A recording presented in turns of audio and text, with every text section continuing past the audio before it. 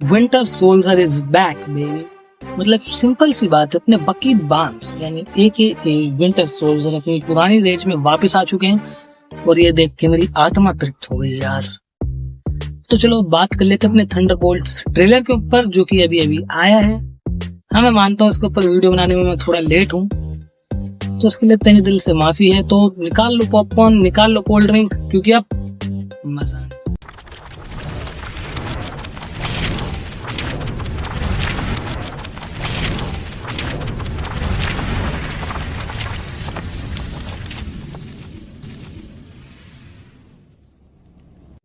Trailer शुरू से ही एक सीरियस मोड पर चल रहा है, लेकिन इसके अंदर एक ही कैरेक्टर है जो हमको कॉमेडिक फील कराएगा, जो कि है रेड गार्डियन। ये मैंने शुरू से ही जानता था जब ये इस मूवी की अनाउंसमेंट हुई थी और इसके कैरेक्टर्स की अनाउंसमेंट हुई थी, लेकिन इतना कराएगा ये तो मैंने एक्सपेक्ट नहीं किया था। हाँ, तो ट्रेलर शुरू होता है अपनी येलेना से, जो कि रेड गार्डियन के घर गई, क्योंकि उसका वो पप्पा है जैसे कि हम सारे जानते ही हैं। और वो नॉक करती है और उस समय ही अपने रेड गार्डियन ने स्विगी वालों से ऑर्डर मंगवाया होता है। स्विगी है, जेप्टो है, क्या है मैं नहीं जानता। तो उसको कहता है कि मैंने तुम्हें कहा था कि ऑर्डर दरवाजे पे छोड़ दे। तो उसके जवाब में वो कहती है मैं तो बस रेटिंग लेने आई थी। अरे नहीं यार, ऐसा कुछ भी नहीं कहती है। वो कहती है हे बुढ़े, मैं हूँ येलेना। इतना सुनते के साथ ही वो अपने घर का सारा कूड़ा कबाड़ा साफ करता है, गेट खोलता है और येलेना को बुलाता है और उससे एक झूठ कहता है कि मैं बहुत ही इंपॉर्टेंट कॉल में बिजी था।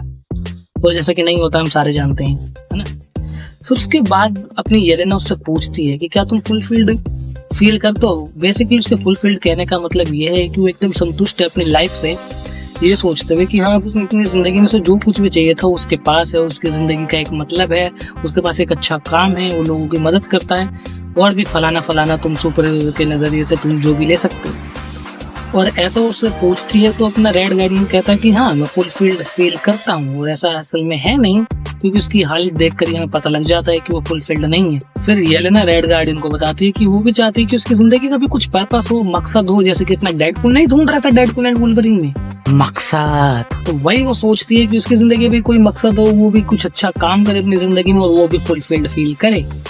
और इतना कहते के साथ सीन शिफ्ट होता है और हमें दिखाया जाता है जॉन वॉकर जो कि अपने बेटे के साथ होता है और स्क्रॉल कर रहा होता है, अपनी पुरानी यादें देख रहा होता है जब वो कैप्टन अमेरिका बना था। फिर हम देखते हैं अपने बकी को, और लिटरली बताऊं उसको देखकर कितनी बैड फील मेरे को आई है ना। मतलब मेरे को लिटरली लगा कि हमारा विंटर सोल्जर वापस आ चुका है और मैं बहुत खुश हूँ बकी को ये ऐसे अवतार में देखते हुए इस मूवी के अंदर। और दिल से बता रहा हूँ मैं मूवी सेंट्री के लिए नहीं बल्कि बकी के लिए देखने जाऊंगा। और फिर हम देखते हैं कि इतनी येलेना बता रही होती है कि जब वो काम में मन लगाती है तभी उसको अच्छा लगता है कि हाँ उसकी जिंदगी अच्छी चल रही है। और फिर हम वही देखते हैं जैसे कि हमें ब्लैक विडो का कॉरिडोर वाला सीन नहीं दिखाया गया था आयरन मैन 2 के अंदर, बस फर्क ये होता है कि वो लाइट टोन में करती है और ये डार्क टोन में करती है। तो इसका मतलब ये दिखाना भी चाहते हैं मार्वल वाले जैसे कि इतनी ब्लैक विडो वो कर रही होती है अच्छे पर्पस के लिए, लेकिन यहाँ पर जो येलेना कर रही है वो एक बुरे पर्पस के लिए कर रही है, इसलिए लाइट और ब्लैक समझ ही जाना यार। फिर हम देखते हैं कि वो एक रूम में एंटर हो रही है, या उसको हॉल के वैसे हॉल कहना ज्यादा सही रहेगा, उसे एक हॉल में एंटर हो रही है और वहाँ कुछ कैरेक्टर्स पहले से ही हैं इस टीम के, जो कि होते हैं अपने John walker, ghost, task master, और ये आपस में ही भिड़ पड़ते हैं क्योंकि पहले इनकी ग्रुप मीटिंग है, कुछ अच्छी तो बात चलेगी नहीं, जाहिर सी बात है। और जब थोड़ी गुत्तम गुत्ती इनके बीच में होती है फिर वहां पर एक बंदा निकल कर आता है, और सच बताऊं इसी का मुझे इंतजार था। निकल कर आता है और उसको कहता है कि हे मैं हूँ बॉब। और जिनको भी पता है, जिनके पास भी कॉमिक का ज्ञान है, अपने सेंट्री की रियल आइडेंटिटी यानी उसका पेट नेम बॉब ही है। और बेसिकली उसको मल्टीपल पर्सनैलिटी डिसऑर्डर है, तो उसकी 3 पर्सनैलिटीज हैं, एक बॉब, एक सेंट्री और एक अपना वर्ल्ड के बारे में भी बात नहीं करेंगे क्योंकि वो थोड़ा आगे का हो जाता है। और बेसिक बस मैं इतना बता दूं मोटा मोटा हिसाब कि वर्ल्ड एक बहुत ही बुरी आइडेंटिटी है सेंट्री की। मतलब अगर वो एक बार वर्ल्ड में ट्रांसफॉर्म हो गया ना फिर तुम चच्चा ले आओ अपने, उसको भी नहीं रोक पाओगे तुम, ठीक है ना। तो अपने सारे थंडरबोल्ट्स के मेंबर्स बॉब से पूछते हैं कि तुम्हें यहाँ किसने भेजा। वो कहता है किसी ने भी नहीं। फिर वो उनसे दोबारा सवाल करता है कि तुम्हें यहाँ किसने भेजा। और सच बताऊं तो ये पूछना भी चाहिए क्योंकि तुम यार सेंट्री के सामने खड़े हो। और फिर हम देखते हैं कि उस हॉल के सारे दरवाजे बंद हो जाते हैं और फिर यहीं पर सीन कट कर दिया जाता है और हमें दिखाया जाता है येलेना अपनी टीम वालों को भाषण दे रही है कि हम सभी ने जिंदगी में बहुत बुरे काम किए हैं, लिटरली बहुत बुरे, और कुछ तो ऐसे काम किए जो कि मैं तुम्हें बता भी नहीं सकता हूँ। इनके इतने बुरे बुरे कारनामों के चक्कर में ये लोग चाहते हैं कि कुछ अच्छा करे, और जॉन वॉकर कहता भी है क्या किया तो तेरे बाप का क्या जाता है। ये एलेना सबको बताती है कि कोई तो है जो उनकी जगह ले लेना चाहता है, यानी कि सिंपल सा मैटर है। अब वो नहीं चाहता कि वो लोग ऐसे काम करें, और उनको इस गेम से ही, मतलब इस पूरे सुपर हीरो वाले फंडे से, मतलब लोगों को बचाने वाले फंडे से या फिर बुरे काम करने वाले फंडे से, ये मैं नहीं जानता, लेकिन उनको इस गेम से पूरा पूरा बाहर निकाल देना चाहता है। और फिर हम देखते हैं कि उस हॉल की पूरी लाइट्स डार्क कलर में शिफ्ट होने लगती है, और हमें बस इतना ही दिखाया जाता है कि येलेना कह रही है व्हाट द हेल।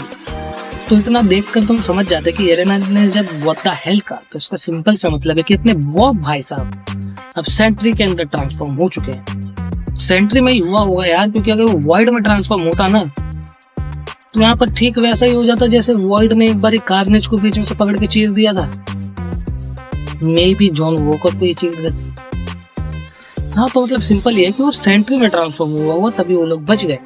तो फिर हमें थोड़ी बहुत गुत्थम गुत्थी दिखाई जाती है सारे टीममेट्स की आपस में, और फिर हम देखते हैं कि बॉब यहाँ से कैसे भी करके निकल चुका है बाहर, और उसके सामने पूरी की पूरी आर्मी खड़ी हुई, आर्मी कह लो या सोल्जर्स कह लो या उसके जूरी मेंबर्स कह लो, वैल के, वो सारे सामने खड़े हुए हैं। उसके ऊपर गोलियां चलाते हैं, लेकिन हमको गोलियां नीचे गिरती हुई दिखाई देती हैं, लेकिन हमको ये नहीं दिखाया जाता पूरे ट्रेलर के अंदर कि सेंट्री ट्रांसफॉर्म हुआ है, यानी बॉब अपना ट्रांसफॉर्म हुआ सेंट्री के अंदर, ये हमको दिखाई नहीं जाता। अब भी वो लोग सेंट्री को छुपा रहे हैं। खैर दिखाई देते यार एक झलक तो मजा आ जाता।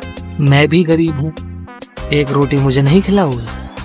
और फिर हम देखते हैं कि वैल ने सारे के सारे थंडरबोल्ट्स को एक टीम की तरह एक जगह पर इकट्ठा कर लिया है, जैसे कि उनको कोई मिशन देने वाली हो। और उस पूरे सिनेरियो में सिर्फ वाकई सीरियस लग रहा था मेरे को देखने में। और तो और फिर वहाँ पर हम देखते हैं कि वैल अपना ज्ञान झाड़ रही होती है, ज्ञान बांट रही होती है, लेकिन वहाँ पर ऐसा कोई भी बंदा इंटरेस्टेड नहीं लगता है इसके ज्ञान के अंदर। और फिर सीन शिफ्ट होता है और इस ट्रेलर का सबसे आइकॉनिक सीन आता है मेरे में, ये मेरा पर्सनल ओपिनियन। हम देखते हैं अपने बकी को विंटर सोल्जर वाली रेंज के अंदर वो पकड़ने जाता है पूरी थंडरबोल्ट्स टीम, और वही हम देखते हैं उसके हाथ में अपने विंटर सोल्जर वाली गन जो डिस्क वाली होती है। और फिर ट्रेलर समाप्त हो जाता है।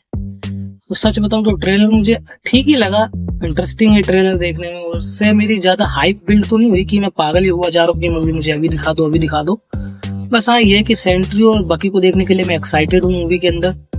और अपने ओपिनियंस बाकी मुझे कमेंट्स में जरूर बताना, और ऐसी और मजेदार वीडियोस देखने के लिए शाबाश को सब्सक्राइब करना मत भूलना, और तो और वीडियो को लाइक करना मत भूलना। मिलते हैं अपनी अगली किसी वीडियो के अंदर, तब तक के लिए पीस आउट।